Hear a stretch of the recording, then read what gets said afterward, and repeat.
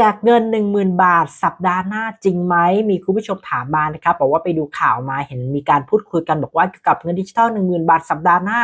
ก็เลยมาถามสตังค์นะครับจะไปตามข่าวให้ละกันนะครับในวันที่17พฤษภาคม2568นะครับข่าวมันเป็นแบบนี้คุณผู้ชมครับรายงานข่าวจากทางกระทรวงการคลังบอกว่าจะมีการนัดประชุม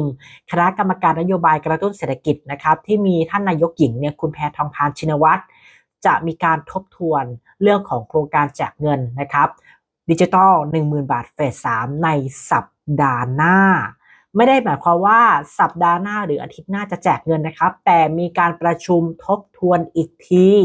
ดังนั้นแล้วนะครับใครที่